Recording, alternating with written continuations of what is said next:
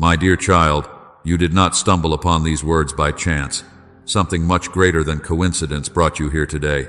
And if you are reading or hearing this right now, I want you to stop everything else and give me your full attention, not half of it. Not the part of you that is still thinking about your phone or your worries or what you need to do later. All of you. Because what you are about to hear is not just another message floating around on the internet.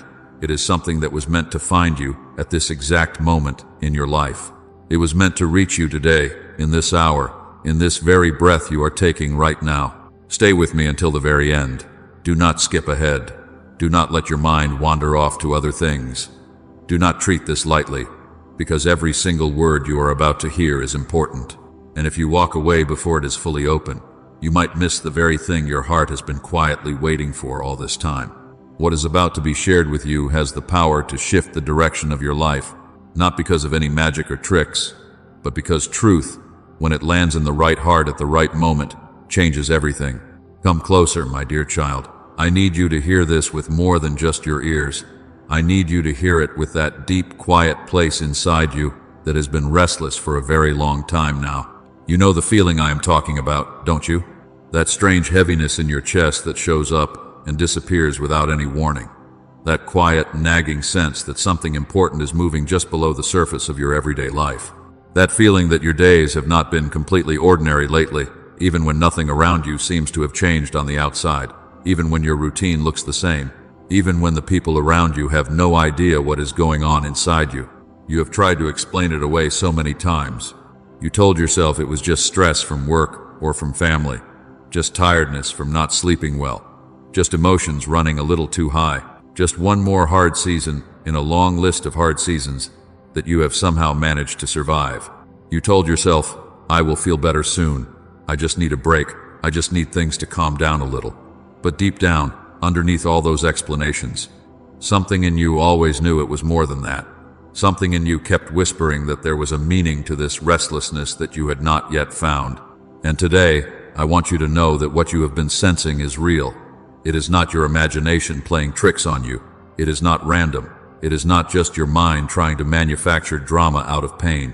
What you have been feeling has a purpose, and that purpose is why you are here right now. I have been drawing close to you in a way that is not accidental at all. It is deliberate.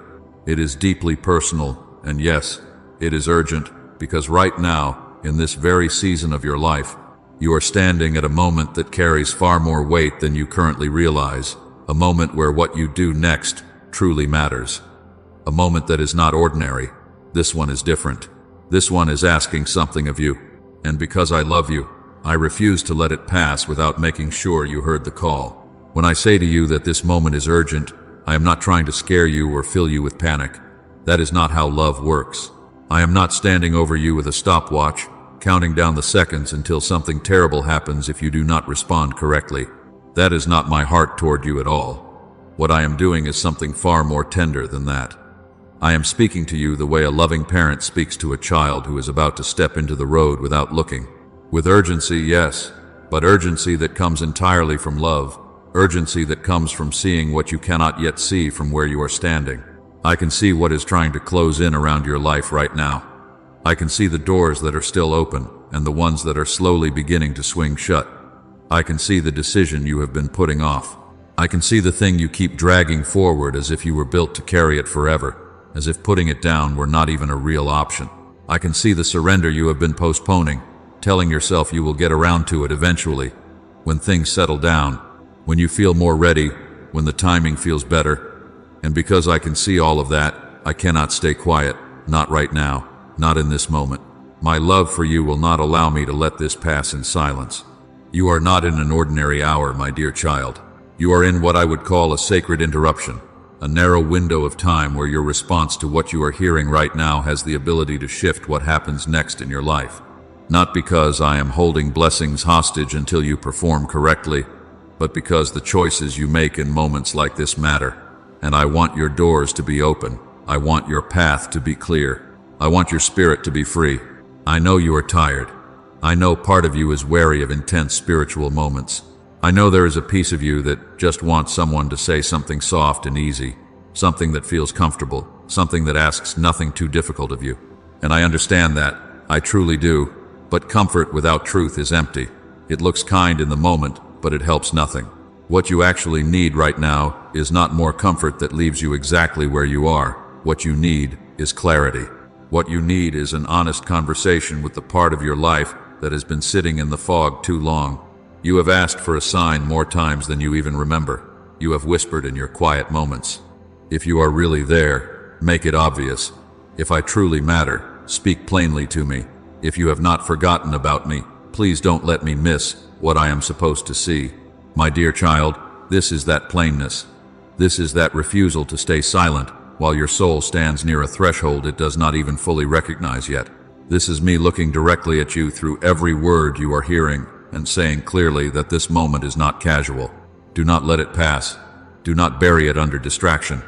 Do not soothe yourself with noise the moment this is over. Do not push it away just because it feels a little too real, a little too close, a little too much.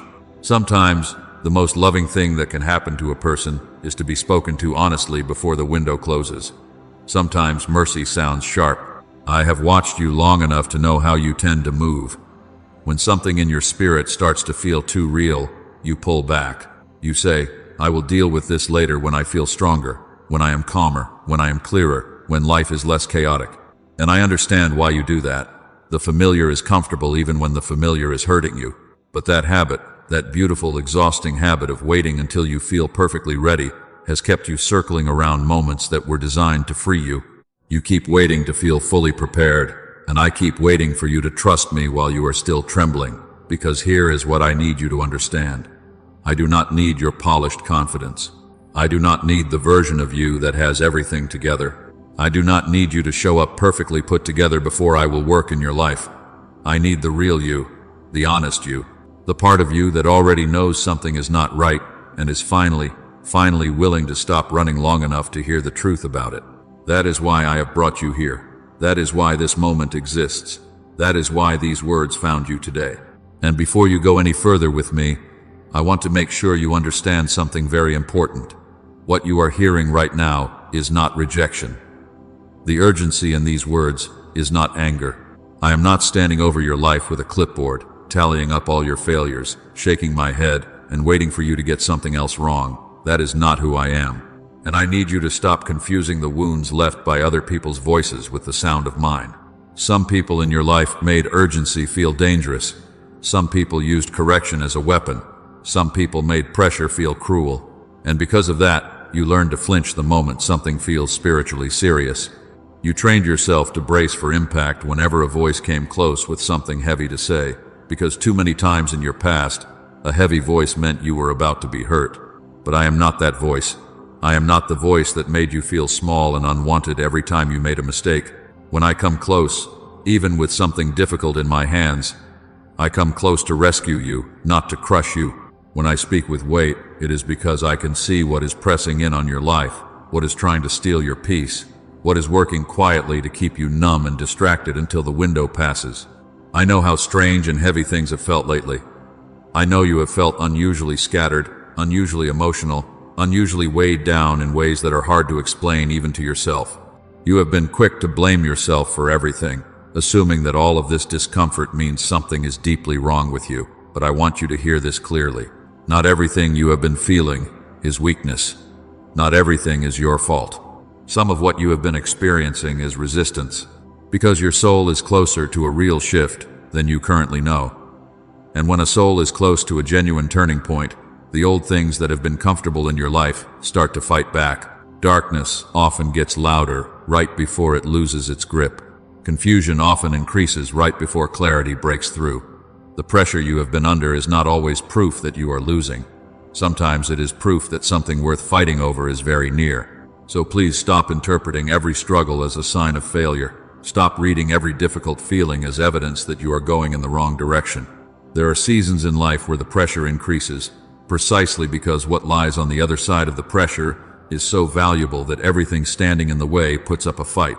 That is where you are right now, and I need you to stop running from it and start recognizing it for what it is. Now, before we go any deeper together, I want to take a moment to remind you of something. If these words are landing in your heart and speaking to places inside you that have been silent for too long, please take a second to subscribe. My dear child, I want to go a little deeper now into something that I think will change the way you hear everything else I am about to say. And that is this. What you are experiencing right now, this moment of being spoken to directly, this feeling of being seen and understood and called toward something, this is not punishment, this is rescue. And I need you to feel the difference between those two things in your bones, not just understand it in your head. Punishment says you deserve to suffer for what you have done. Rescue says, come with me before this gets any worse. Punishment watches from a comfortable distance and lets you spiral. Rescue steps directly into the middle of your mess and reaches out a hand. Punishment exposes your weakness to shame you in front of others. Rescue exposes your weakness to heal it in a safe place. Punishment leaves you alone with your failure and says, figure it out. Rescue comes into the room where your failure is sitting and says, I know, I see it, and I am not leaving you here with it. Let us deal with it together. That is exactly what is happening right now. This is not a finger pointed at you from far away. This is a hand extended toward you from right beside you. This is not an announcement of everything you have done wrong. This is a light being turned on in a room that has been dark too long so that the darkness loses its hiding place. This is not a demand that you get perfectly cleaned up before any help arrives. This is help arriving while the mess is still there, because that is what real rescue looks like. I know that some part of you still wants to argue with this. Pain has made you suspicious of intensity. Old wounds have taught you to duck when something comes at you fast. But stay with me. Do not let the fear that was shaped by other people's harshness be the thing that interprets what I am doing right now. Let your heart slowly learn what safety actually sounds like, because sometimes safety sounds soft and still, and sometimes safety sounds like, do not go further, come back now. A parent grabbing their child back from the edge of something dangerous is not being cruel just because the grip is tight. The tightness is proof of love. The interruption is mercy in motion. That is what this is. I am pulling you back from something. I am pulling you towards something. And I am walking you through something in the process. I am pulling you away from further delay, from a deeper entanglement in things that are costing you peace, from a longer season of pain that does not have to last as long as it has. So instead of running from the weight of what you are hearing, let the weight itself comfort you. Let it remind you that you matter enough to be interrupted. Let it reassure you that I would rather come close and confront what is keeping you stuck than let you drift away in silence and call it fine. And now I want to say something to you that goes even deeper, because I think many of you have been doing something without even realizing it. You have been asking for rescue with your words and resisting it with your choices. You have been praying for things to change while holding tightly to the very things that keep them the same. You have been asking for peace while keeping the door open to the thing that steals it. You have been asking for freedom while carrying the chains, because somewhere along the way the chains started to feel familiar, and familiar started to feel safe, even when it was not. My dear child, I cannot save you while you keep one hand on what I am asking you to release. I cannot bring you into the new thing while you are still decorating the old thing and calling it almost good enough. I cannot give you the clarity you have been begging for while you are still feeding the confusion that clouds it. Rescue requires movement, not perfect movement, not fast movement, not movement that has everything figured out, just honest, willing movement in the direction of truth. Just a hand that opens instead of clenches. Just a heart that says, yes, I hear you, and I am willing to do what it costs. If you need to cry while you do that, cry. If you need to grieve the loss of what you are releasing, grieve it honestly, because that grief is real, and it deserves to be honored. If you are afraid of what obedience is going to cost you, tell me that truth. I can hold it with you. I am not asking you to pretend you are not afraid. I am just asking you not to hand the wheel over to your fear and let it steer your life. Come out of the hiding place. Come out of the compromise that has been quietly hollowing you out. Come out of the emotional prison you have been living in, the one that has locks on the inside that only you can open. Come out of the exhausting cycle of almost changing and then retreating. Come out of the story you have been telling yourself that says it is too late, that you are too far gone, that too much has happened for things to ever really be different. That story is not from me. I never wrote it, and it is time to stop living inside it. This is your exit sign in the dark. This is the rope thrown into the pit. This is the moment where a different path becomes possible. but only if you stop waiting to feel ready and start trusting that readiness will come as you move, not before it. Now, let me speak to something very specific, because I know that many of you who are listening right now have been living with a tension that is slowly draining you. There is a decision sitting in front of you. You know the one. It has been sitting there for weeks, maybe months, possibly even longer. And every time you get close to making it, something pulls you back. Fear pulls you back. Attachment pulls you back. The hope that maybe things will change on their own without you having to do anything difficult pulls you back. And so the decision just keeps sitting there day after day. And the longer it sits, the heavier it becomes, and the more it drains you just by being unresolved. You have not been doing nothing in all that time. You have been doing something very specific. You have been surviving an indecision, and because you have gotten so good at surviving there, you started calling it wisdom. You started calling the delay discernment. You started telling yourself that waiting was the responsible thing to do. But here is what I need you to honestly look at. Has the waiting brought you peace? Has the delay brought you clarity? Has holding off on the decision made your heart feel lighter or heavier? Has the time spent circling the same thing brought you closer to freedom or further from it? Indecision is not neutral. It is not a safe harbor where nothing bad can happen while you figure things out. Indecision is a slow drain. It leaks peace out of your life in ways that are hard to trace but impossible to ignore. It makes your emotions unstable because your soul is stretched between two directions at once. It makes your mind noisy because part of you already knows the answer and the rest of you keeps arguing with it. It makes you tired in a way that sleep cannot fully fix because the exhaustion is not just physical. It is the exhaustion of a spirit that has been carrying an unresolved truth for far too long. I understand why you delayed. Some of you delayed out of genuine fear of the pain that the decision would bring. Some of you delayed because you were grieving, because making the decision meant admitting that something was really over, and you were not ready to admit that. Some of you delayed because you kept hoping that if you waited long enough, the situation would change on its own, and you would be spared the difficulty of having to act. And some of you delayed simply because the decision required courage. And courage is hard to find when you are already exhausted. I understand all of that, every bit of it. But understanding why you delayed does not mean I am okay with you delaying forever, because there is a cost to living permanently in the hallway between two decisions, and you have already been paying it for too long. You cannot think your way through a doorway.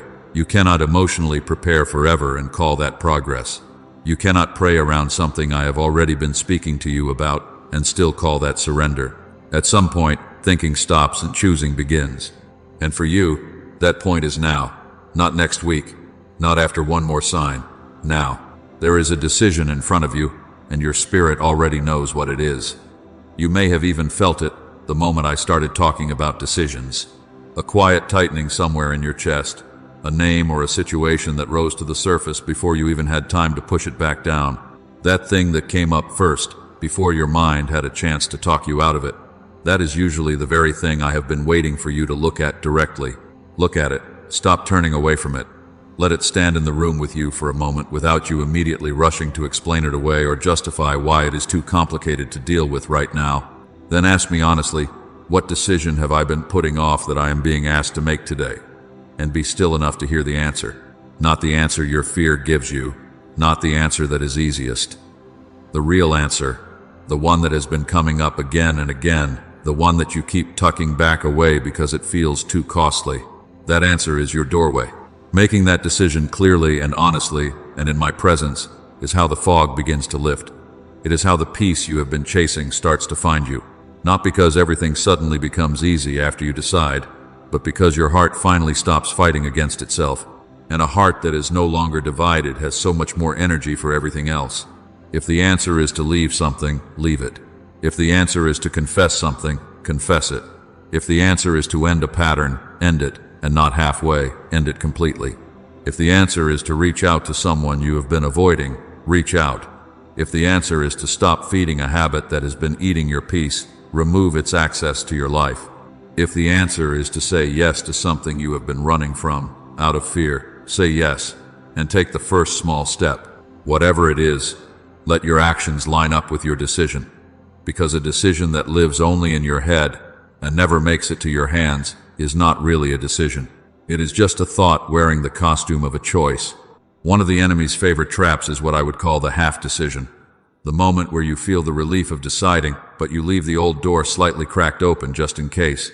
Just in case it does not work out, just in case you need to go back, just in case the new path feels too hard. And that cracked door, that tiny, almost invisible compromise, is enough to keep you from fully crossing over. Close the door completely. Lock it if you have to, because peace returns not through perfect feelings, but through a heart that finally stops serving two masters at the same time. Make the decision with tears streaming down your face. If that is what it takes, make it while your voice is shaking. Make it while your heart is still aching for what you are releasing. But make it, because on the other side of that decision is a version of your life that you have not been able to access while the decision was still pending. On the other side is a kind of peace that does not depend on circumstances being easy. A peace that comes from knowing you are no longer living in contradiction with what you already know to be true. My dear child, there is something I must speak to now that is more personal than anything else I have said so far. Because many of the battles you have been fighting, the exhaustion, the confusion, the cycles that never seem to fully break, they are not just about habits or circumstances or timing or relationships. At the deepest level, the battle has been about your identity, about who you believe yourself to be, about the name you carry when no one is watching. The enemy has not just been after your attention or your peace or your behavior. He has been after your agreement. He has been working quietly, persistently, and cleverly to rewrite the story you tell yourself about who you are, and he is very patient at this work. He does not always come in loudly. He comes in through the small, repeated moments, through the accumulation of mistakes that he slowly turns into a label, through the wounds that he slowly turns into a definition, through the failures that he slowly turns into a forecast of everything you will ever be. He takes your worst moments and whispers, "This is who you really are." He takes the doors that closed and says, "See, you are unwanted." He takes the people who walked away and says, "See, you were never worth staying for." He takes the seasons where you fell into the same trap again and says, "See, nothing about you ever really changes." And the most dangerous part is this. He has been saying these things for so long, in such a consistent and quiet voice, that you stopped hearing them as attacks. You started hearing them as your own inner voice. You started calling his accusations self-awareness. You started calling his condemnation your humility. You started wearing his labels as if you had chosen them yourself. I need you to stop right now and really hear what I am saying. The voice that tells you that you are too far gone, too broken, too inconsistent, too dirty, too weird, always anxious, never enough, unlovable, disqualified, a disappointment, a failure. That voice is not yours. It was never yours.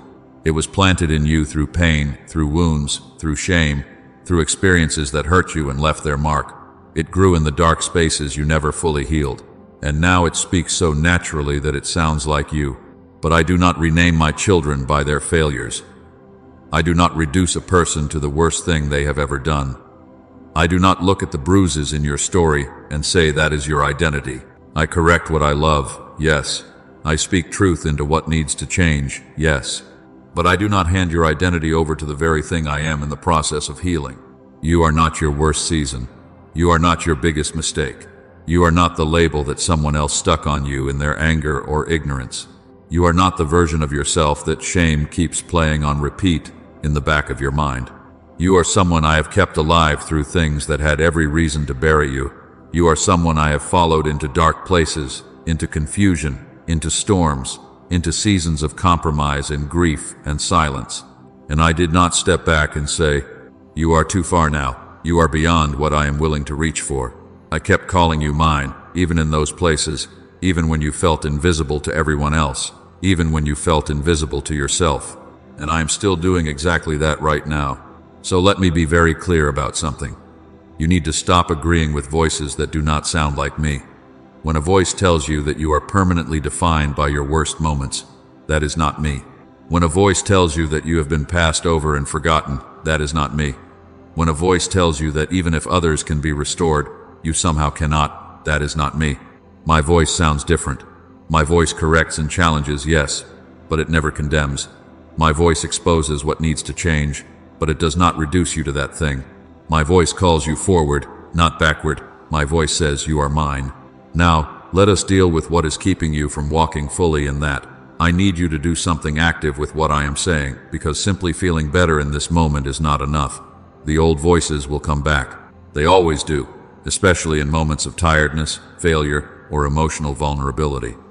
So you need to build a practice of pushing back against them with truth.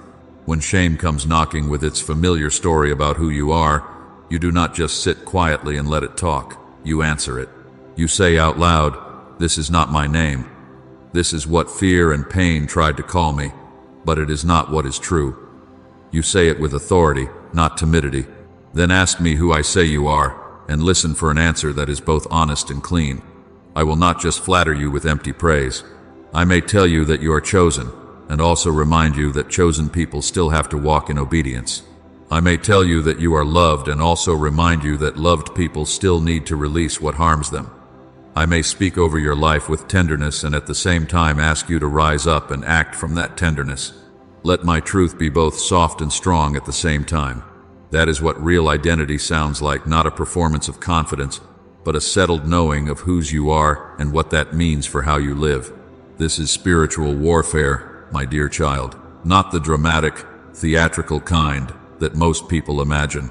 This is the quiet, daily, deeply personal warfare of refusing to let lies live in the space where truth belongs. It is the ongoing work of resisting the story that says, "You are less than what I made you to be." And it is one of the most important battles you will ever fight, because what you believe about who you are shapes everything. It shapes what you tolerate in relationships. It shapes what you think you deserve.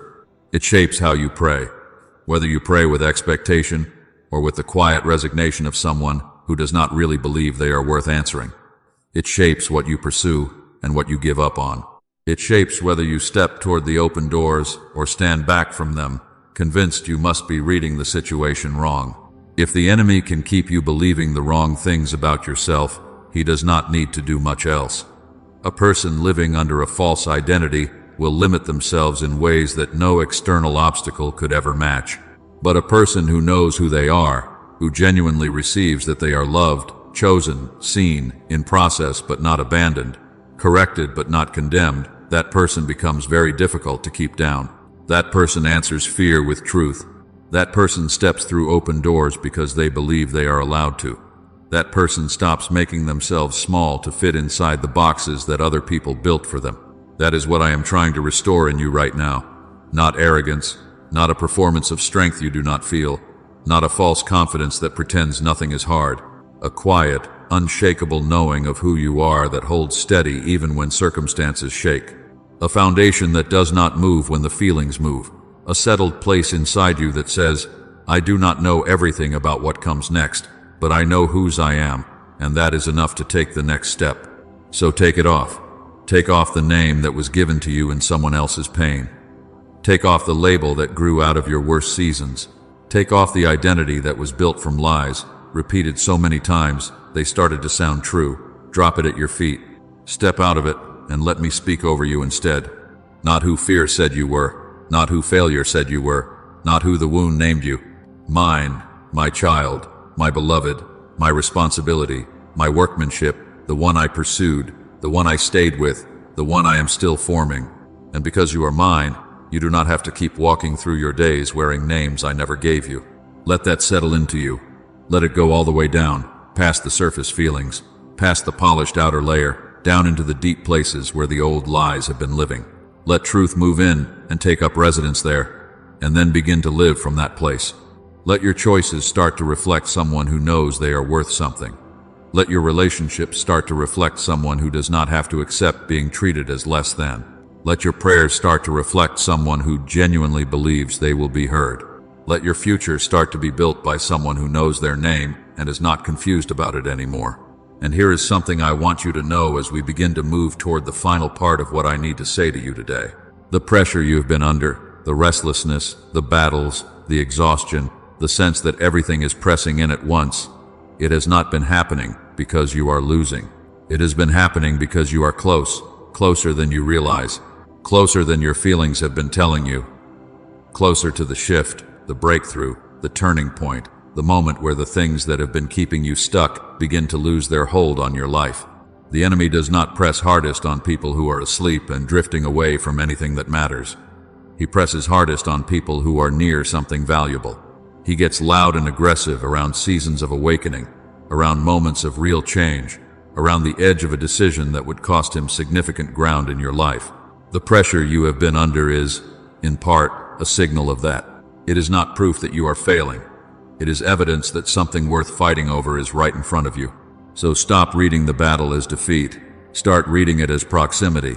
You are close. Close to clarity you have been missing. Close to a peace that actually holds. Close to a pattern breaking for real this time.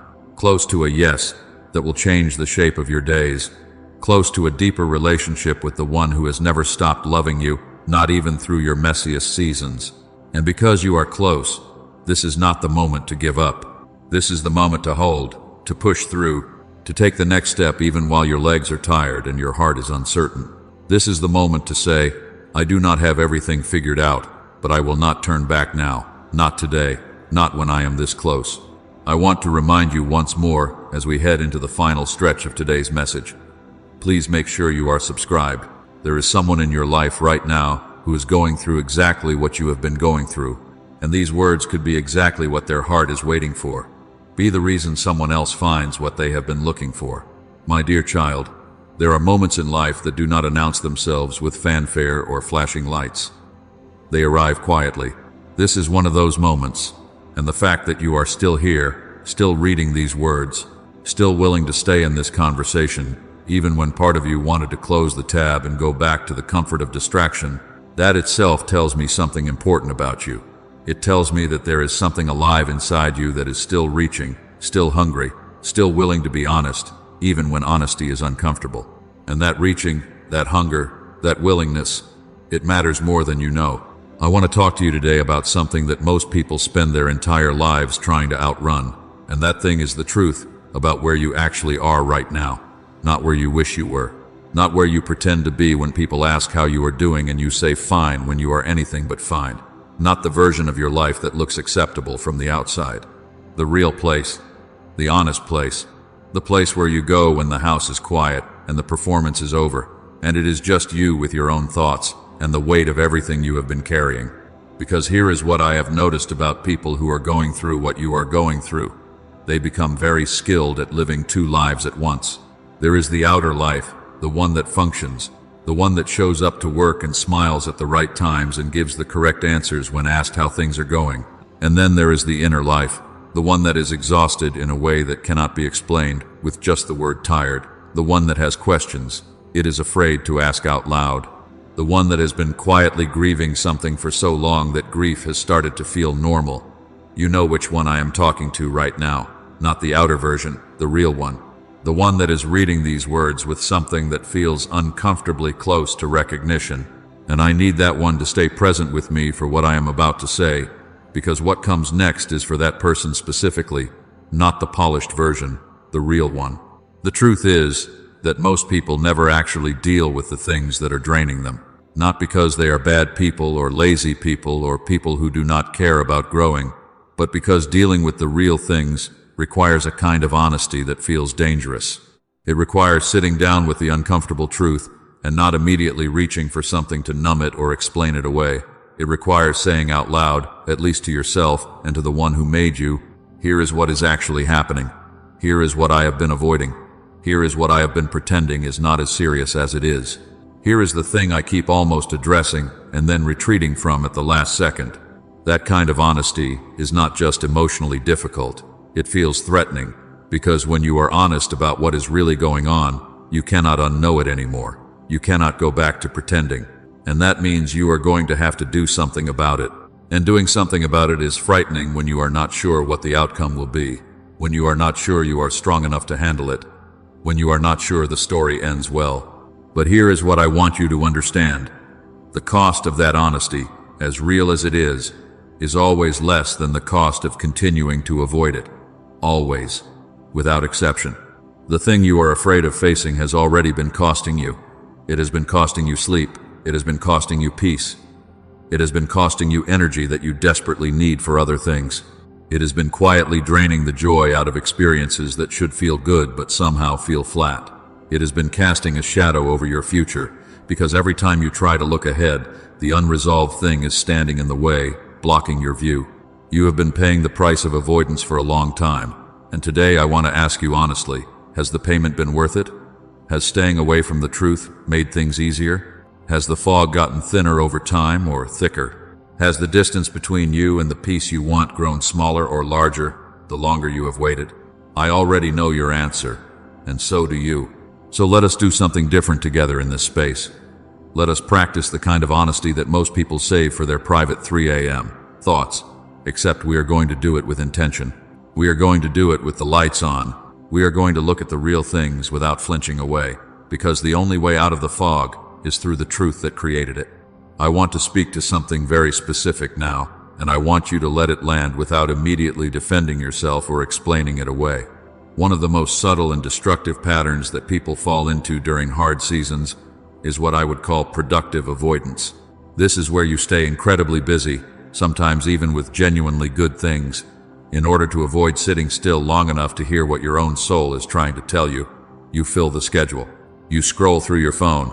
You keep the television on even when you are not watching it. You take on more responsibilities. You pour yourself into helping other people with their problems. You do anything and everything that keeps you in motion, because when you are in motion, you do not have to feel the thing that is waiting for you in the stillness. And it works. In the short term, it works remarkably well. The noise drowns out the quiet voice. The busyness justifies the avoidance. The constant motion prevents you from ever fully arriving at the place where the real conversation needs to happen. But the bill always comes due eventually. The things you have been outrunning do not disappear because you outran them. They accumulate. They grow in the dark spaces where you never let the light reach. And then one day, usually on an ordinary Tuesday when nothing particularly dramatic is happening, the weight of everything you have been carrying quietly for so long becomes impossible to keep pretending is not there. That breaking point is not a punishment. I want to be very clear about that. That breaking point is often a mercy. It is the moment where the strategy of avoidance finally costs more than you can afford to pay, and so something in you is forced to stop and deal with what has been waiting to be dealt with. It is the moment where the external noise finally loses the battle against the internal truth, and as painful as that moment is, it is also often the moment where the most significant change begins. I am not waiting for you to break before I help you. I am speaking to you now, before the breaking point, because I want you to choose to stop and deal with what is real while you still have the energy and clarity to do it wisely. I am asking you to make a voluntary decision to stop running and start facing, because voluntary honesty is always less costly than forced honesty. And you have been given this window, this space, this conversation, as an invitation to choose the voluntary kind. So let me ask you something directly, and I want you to really sit with the question before you move past it. What is the thing in your life right now that you have been most consistently avoiding thinking about clearly? Not the surface level version of it. Not the minimized, sanitized, already justified version. The real version. The one that, when it comes up in your honest moments, makes your stomach do that thing. The one that you already know the answer to, even though knowing the answer means you are going to have to act on it. The one that you have been circling for weeks or months or longer, getting close and then retreating. Getting close and then retreating in an exhausting loop that costs you more energy than simply dealing with it directly ever would. Name it, even if just to yourself, even if just in the privacy of your own thoughts right now. Name it and let it stand in front of you without immediately trying to explain why it is complicated, why it is not as bad as it sounds, why now is not the right time, why there are factors that other people do not understand. Just let it be what it is for a moment. Give it the dignity of your honest attention. Because here is what happens when you do that. When you actually let the real thing stand in front of you without flinching away, the anxiety around it begins to change, not disappear, change. When something lives in the shadows, the mind fills in all the unclear parts with fear. It becomes larger and more formless and more threatening than it actually is, because fear grows in proportion to the darkness you give it to live in. But when you bring it into the light, when you look at it directly, it becomes specific, and specific things can be dealt with. Specific things have edges. Specific things have a beginning and a middle and a path through them. Formless dread cannot be addressed. Named truth can. I want to stay with this theme a little longer because I think it is that important. and because I know that, for many of you, the ability to be honest with yourself has been damaged by experiences where your honesty was used against you. Experiences where you opened up and were judged, where you told the truth and were punished for it, where you were vulnerable and someone took that vulnerability and turned it into a weapon. Those experiences teach you very quickly that honesty is dangerous, that openness leads to pain, that keeping things hidden is the only way to stay safe.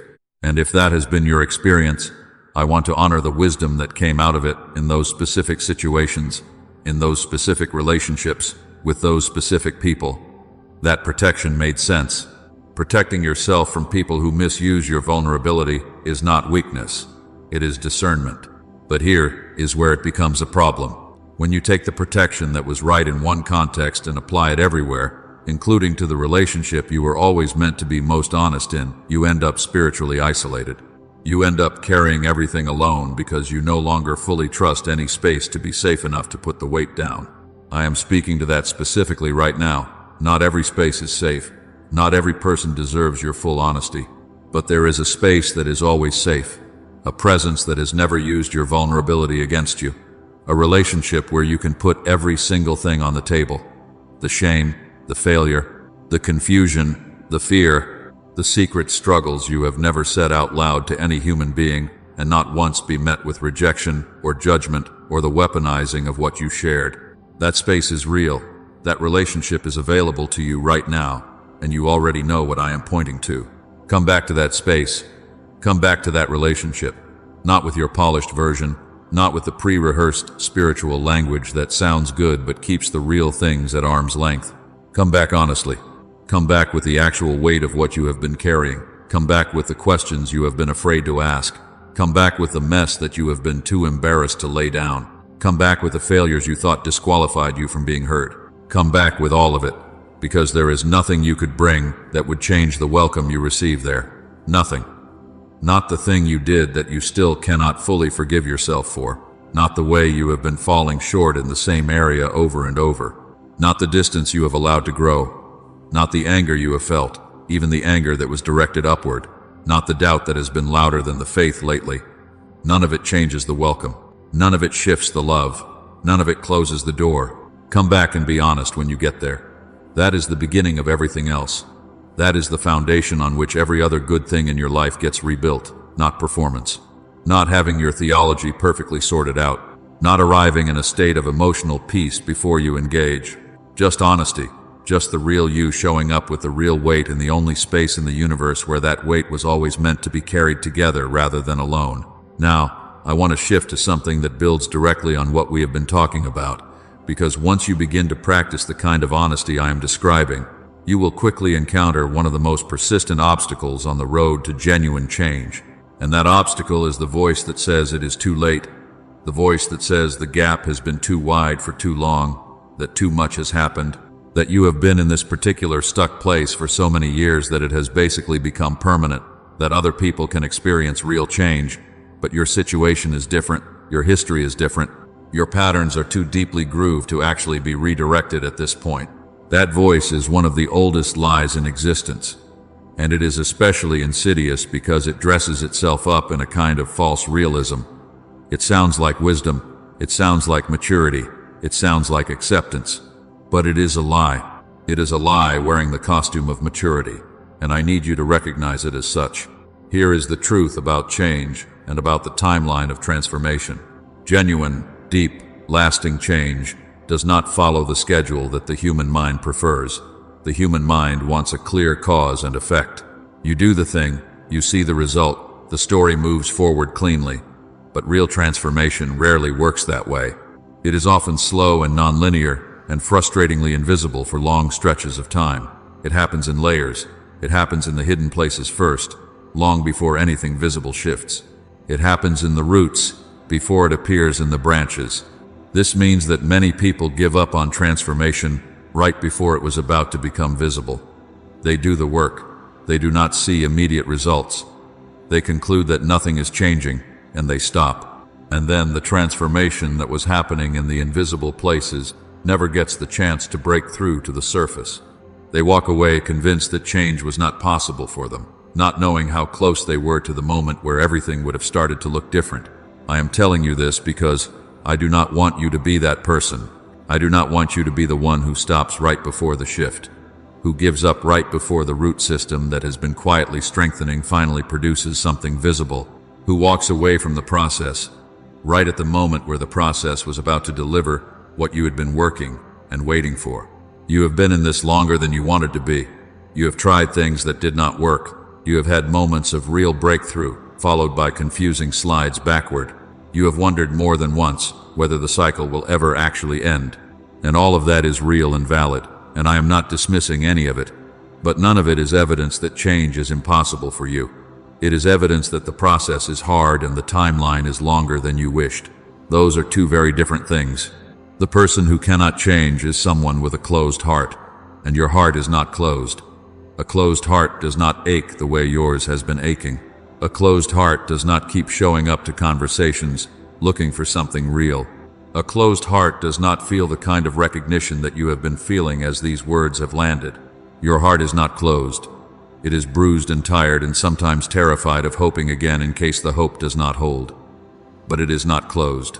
And an open heart, even a barely open heart, is enough for the kind of work that needs to happen. So let the lie of too late die in this conversation. Let it stop having the power to make you set down the work before the work is done. Let it stop convincing you that your particular version of stuck is permanent when nothing about your situation is beyond the reach of the same power that has been speaking to you through every single word of this message today. You are not too late. The door is not closed. The invitation has not expired. And the same love that found you in this moment will find you in every moment after this one too, as long as you keep showing up honestly and keep taking the next step forward, even when the forward feels uncertain.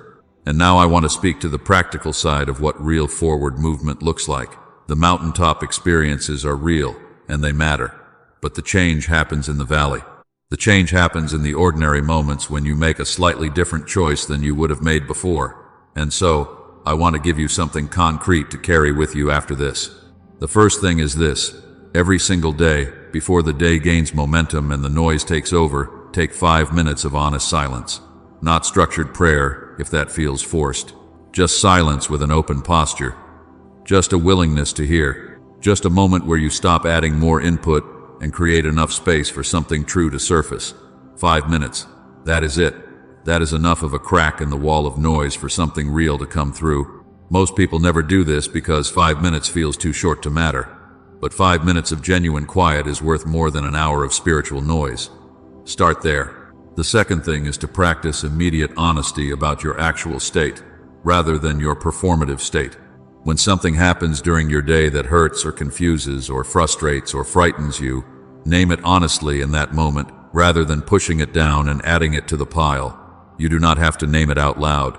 You do not have to tell anyone.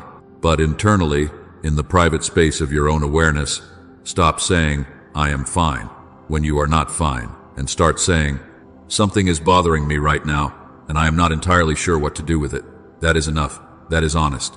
And that small act of internal honesty, done consistently over time, changes the way you relate to your own experience in ways that are surprisingly significant.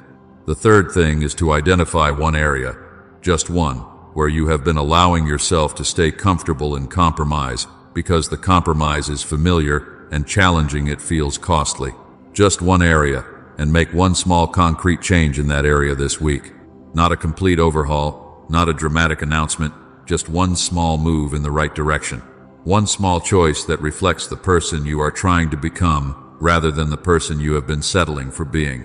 One tiny step, and then another one next week, and another one the week after that. This is how the big changes actually happen. Not in one dramatic leap, but in a long series of small, consistent, honest steps that compound over time into something unrecognizable from where you started. Please take a moment right now to share this with someone. You never know whose life might be changed by the simple act of you deciding to pass these words along.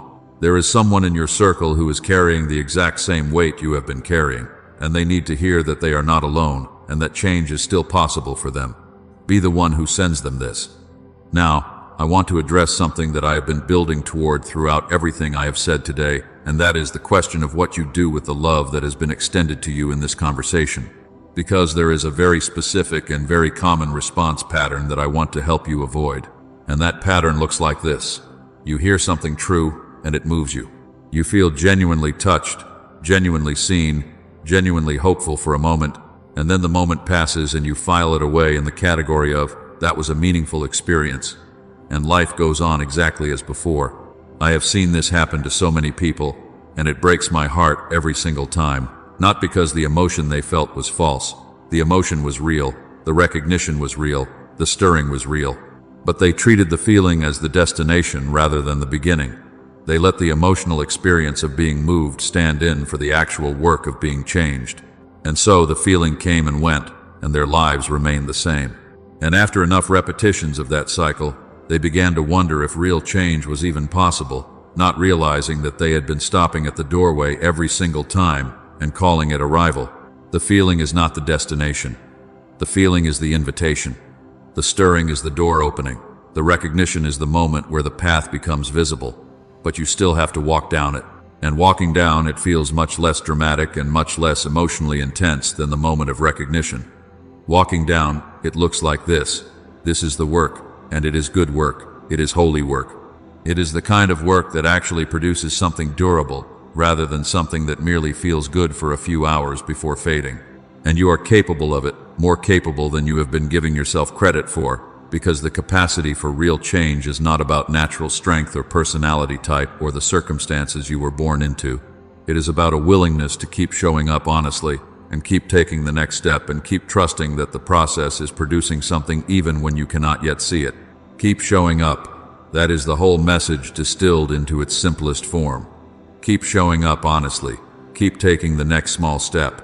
Keep trusting that the love that found you in this moment will be present in every moment that follows. Keep refusing to let the lies about who you are speak louder than the truth. Keep choosing honesty over performance and genuine movement over comfortable stillness. Keep your heart open, even when it is tired and bruised and uncertain. Just keep showing up. That is enough. That has always been enough.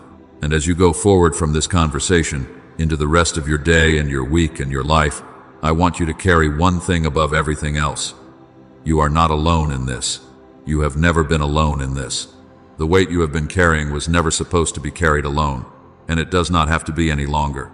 There is a love available to you that is not conditional on your performance, not limited by your history, not reduced by your failures, not exhausted by your repetition, not scared off by your questions, and not discouraged by your pace. A love that was there before you knew you needed it, and will be there long after this conversation is just a memory. That love is the most real thing in your life right now.